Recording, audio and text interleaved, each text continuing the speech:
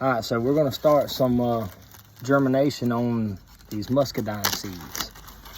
I think I got a good bit of them.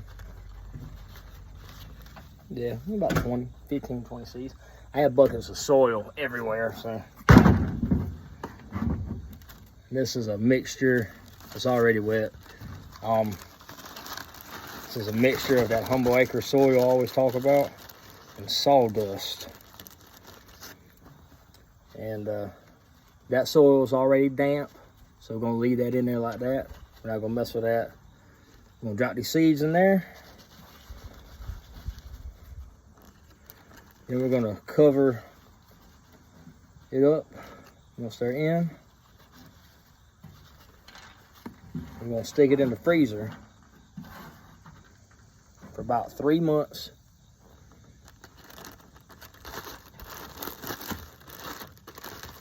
Let them germinate, simulate winter.